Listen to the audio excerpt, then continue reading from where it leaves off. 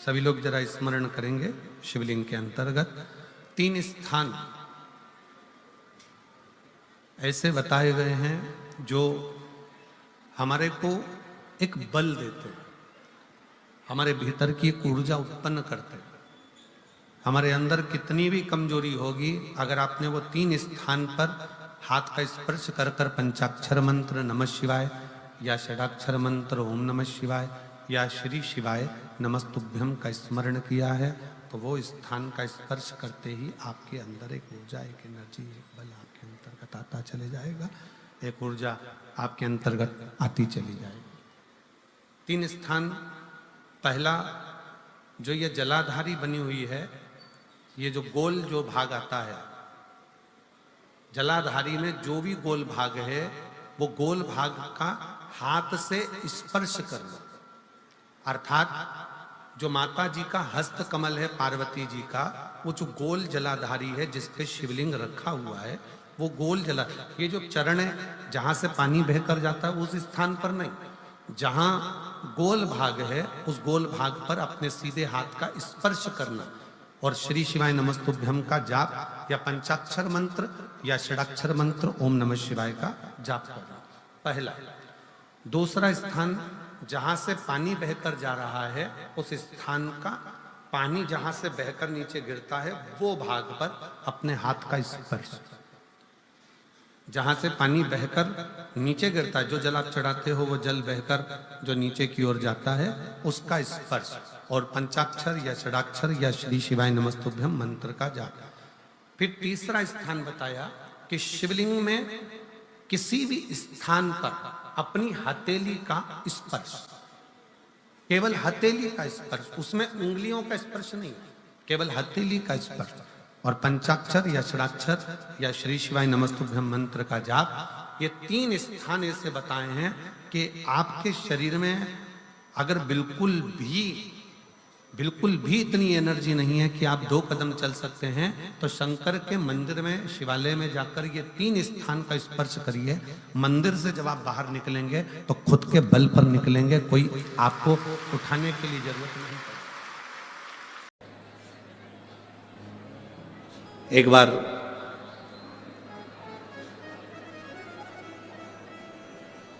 माता पार्वती भगवान शिव के साथ में बैठी हुई थी,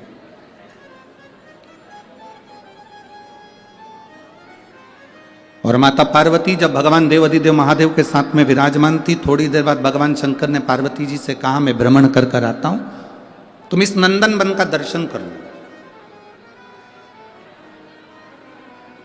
तुम इस नंदन वन का दर्शन करो, मैं भ्रमण कर कर आता हूं।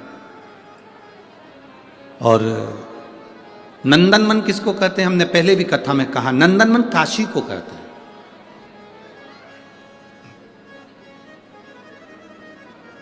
नंदनवन अगर कोई बोले तो समझ लो वो काशी को कहा, नंदनवन काशी को कहा गया। और भगवान देवाधिदेव महादेव ने कहा कि आप नंदनवन का दर्शन करो, मैं भ्रमण कर कर आता हूं। शिव जी भ्रमण के लिए निकल गए, भगवान शंकर भ्रमण के लिए निकले,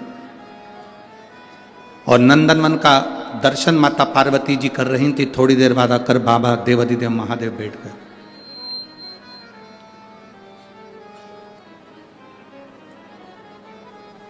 जैसे ही शिव जी बैठे, पार्वती जी पीछे से आकर उनके नेत्रों को बंद कर ली। जैसे ही नेत्रों को बंद करा, नेत्र का स्पर्श माता पार्वती जी के हस्त कमल से हुआ। आंख बंद करते से उनकी आंख से एक आंसू निकल गया। उस आंसू से एक बच्चे ने जन्म ले लिया जिसका नाम अंधकासुर। क्या नाम है उसका? अंधकासुर। उस बच्चे ने जो जन्म लिया उसका नाम अंधकासुर था। अब अंधक को गोदी में माता पार्वती जी ने लिया, और पार्वती जी ने गोदी में लेकर भगवान शिव से कहा कि ये मेरा पुत्र है, आपके द्वारा प्रकट हुआ है, इसको मैं अपने पास रखूंगी। शिव जी ने मना कर दिया, नहीं पार्वती, ये मेरे नेत्र बंद करने के बाद प्रकटा है।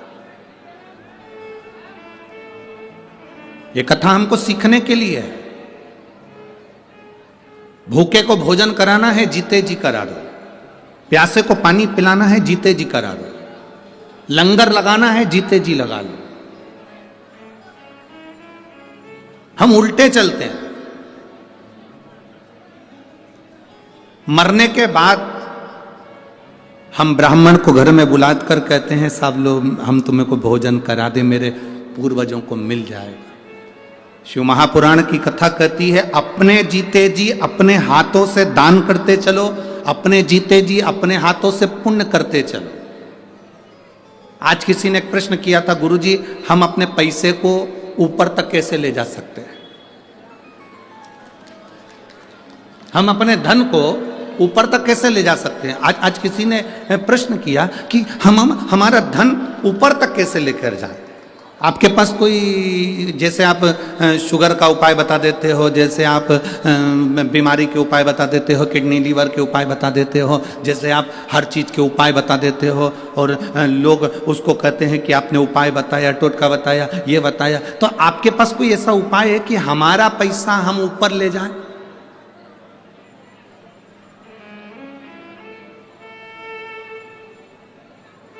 अब प्रश्न करने वाले ने कोई गलत प्रश्न नहीं किया है। क्या आपने बताया कि बुखार में ऐसा कर लेना, फीवर आए तो ऐसा कर लेना, हमारे धन को हम ऊपर कैसे लेके जाएं, उसका कोई उपाय बताओ। तो हमारा निवेदन है, जिसने प्रश्न किया उसको हाथ जोड़कर निवेदन है कि पैसे को ऊपर ले जाना है तो पैसे का पुण्य बनाओ। पैसे का अगर पुण्य बन गया तो पैसा तुम्हारे साथ नहीं जाएगा, पर पैसे का जो तुमने पुण्य बनाया है वो पुण्य तुम्हारे साथ चला जाएगा। अब पैसे का पुण्य कैसे बनेगा? हमने किसी को भोजन कराया, हमने लंगर लगाया, हमने किसी को दवाई दिलाई, हमने किसी को औषधि दिलाई, हमने किसी के साथ दे दिया, हमने किसी के साथ अच्छा कर दिया, ये हमारे पैसे का पुण्य है। ये पुण्य अपने साथ जाने वाला। धन हमारे साथ नहीं जाएगा, पर पैसा हमारे साथ नहीं जाएगा, पर पुण्य हमारे साथ जाएगा। अरे मत बुरे कर्म कर बंदे वरना पछताएगा, भगवान की आंखों से तू बच नहीं पाएगा, तू बच नहीं पाएगा। अरे ओ अज्ञानी मत करना। पैसे का पुण्य बनाइए। अगर भगवान धन दे, और ऐसा नहीं है कि भटिंडा में किसी के पास धन की कमी होगी, मेरा बाबा भोलेनाथ देने वाला बेटा है, कोई कमी आपको नहीं रखेगा। पर पैसा यदि भगवान ने दिया है तो उस पैसे का पुण्य बनाओ। पैसे का पुण्य कैसे बनता है? ये शिव महापुराण की कथा सिखा रही है। मैं माननीय अमरजीत जी मेहता जी को, उनकी धर्म पत्नी को, उनके बच्चों को, उनके पूरे परिवार को, उनके भाई बहन जो भी हैं और उनके माता पिता आदि जितने भी हैं, मैं उनको बहुत बहुत धन्यवाद देता हूँ। आपने पुण्य बनाया है और ये सब पुण्य बनाने की सामर्थ्यता होना चाहिए। ऐसे पुण्य बनाने की सामर्थ्यता होना चाहिए कि अपने धन को अपन सही जगह लगा। ये पूरा पंजाब, ये पूरी भटिंडा नगर का शहर इस कथा के लिए बहुत समय से इंतजार कर रहा था। बोलो री जी सही बात है कि गलत है? बहुत समय से इंतजार कर रहा था। जैसे प्यासे को पानी पिलाते हैं और प्यासा तृप्त हो जाता है, इस कथा को आप भटिंडा में लेकर आए और आपने इतना अरेंजमेंट करवा कर ये कथा को करा, इन सब की प्यास बुझाई, इसका पुण्य आपके खाते में जाता है, इसका पुण्य आपके खाते में जाता है।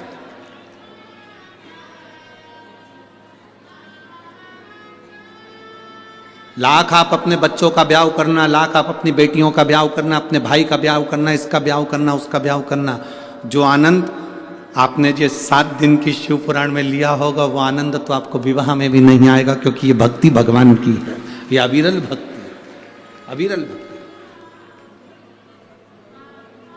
और भगवान अगर धन दे तो कहना मेहता जी अब एक बार कथा की ऐसी कृपा करना कि हम भी कदम से कदम मिलाकर एक बार फिर शिव महापुराण की कथा अपने भटिंडा में करा सके। ऐसी कृपा। और दया की ना होती जो आदत तुम्हारी, दया की ना होती जो आदत तुम्हारी, तो सोनी रहती अदालत तुम्हारी, गरीबों के दिल में जो जगह तुम ना पाते, तो किस दिल में होती इबादत तुम्हारी। आपके मन में जो भाव हो उसको श्रेष्ठ बनाइए, श्रेष्ठ। जब श्रेष्ठ भाव प्रकट होगा तो शिव अपने आप प्रकट हो, अपने आप। शिव को मिलने में देरी नहीं। भाव की शुद्धता रखना, शिव मिल, भाव की शुद्धता। शिव महापुराण की कथा कर रही है, भगवान शंकर का संवाद कर रहा। पार्वती जी ने जैसे ही हाथ रखा बालक उत्पन्न हुआ, उस बालक को उन्होंने लिया, उसका नाम अंधकासुर हुआ। शिव जी कह रहे हैं पार्वती इसको पुत्र मत मान।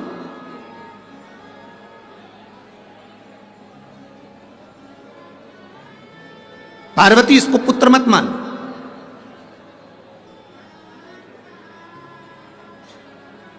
पार्वती इसको समुद्र में फेंक दे, फेंक इसको समुद्र में। पार्वती जी कहती हैं नहीं नहीं नहीं, यह आपके द्वारा प्रकट हुआ है, मैं इसको फेंक नहीं सकती। शिव जी कह रहे हैं मेरे नेत्र बंद थे, उसके बाद प्रकट हुआ है। आपसे पूछेंगे एक बात, उत्तर जरूर देना।